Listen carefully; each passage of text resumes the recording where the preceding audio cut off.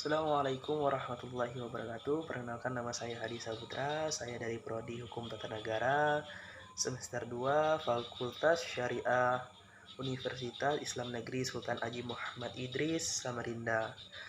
Di sini saya akan menjelaskan materi saya yang berjudul tentang filsafat hukum dengan dosen pengampu Dr. Hajah Siti Aisyah SPD MH. Langsung saja kita kepada materinya, yaitu yang pertama tentang pengertian filsafat hukum. Pengertian filsafat hukum adalah cabang filsafat yang membicarakan apa hakikat hukum itu, apa tujuannya, dan mengapa dia ada, dan mengapa orang harus tunduk kepada hukum. Adapun menurut Satcipto Raharjo, filsafat hukum mempelajari tentang pertanyaan-pertanyaan dasar dari hukum. Pertanyaan tentang hakikat hukum, tentang dasar bagi kekuatan mengikat dari hukum, merupakan contoh-contoh pertanyaan yang bersifat mendasar. Atas dasar yang demikian itu, filsafat hukum bisa meranggap bahan hukum, tetapi masing-masing mengambil sudut pemahaman yang berbeda sama sekali. Yang kedua yaitu adalah ruang lingkup filsafat hukum.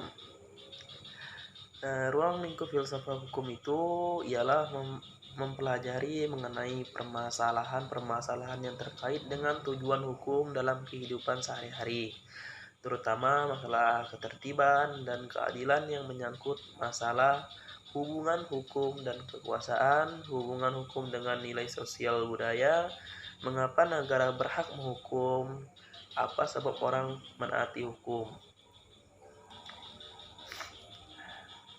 Adapun tujuan dari filsafat hukum tersebut yaitu adalah berupaya memecahkan persoalan, menciptakan hukum yang lebih sempurna, serta membuktikan bahwa hukum mampu memberikan penyelesaian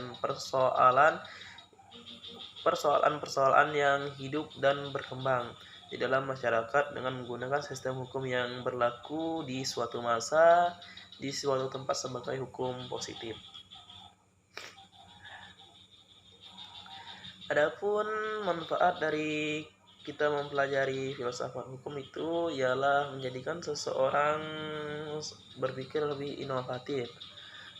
Salah satunya yaitu dengan karakteristik filsafat hukum adalah spekulatif. Dalam artian positif, di mana selalu berupaya menduga-duga dan menemukan sesuatu yang baru.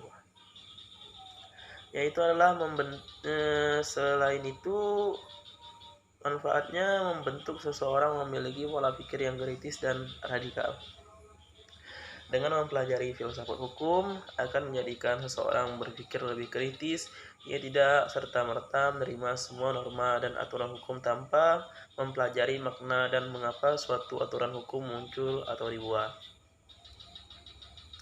Dan yang terakhir yaitu manfaatnya menjadikan seseorang memiliki wawasan yang luas dan terbuka. Orang yang mempelajari filsafat hukum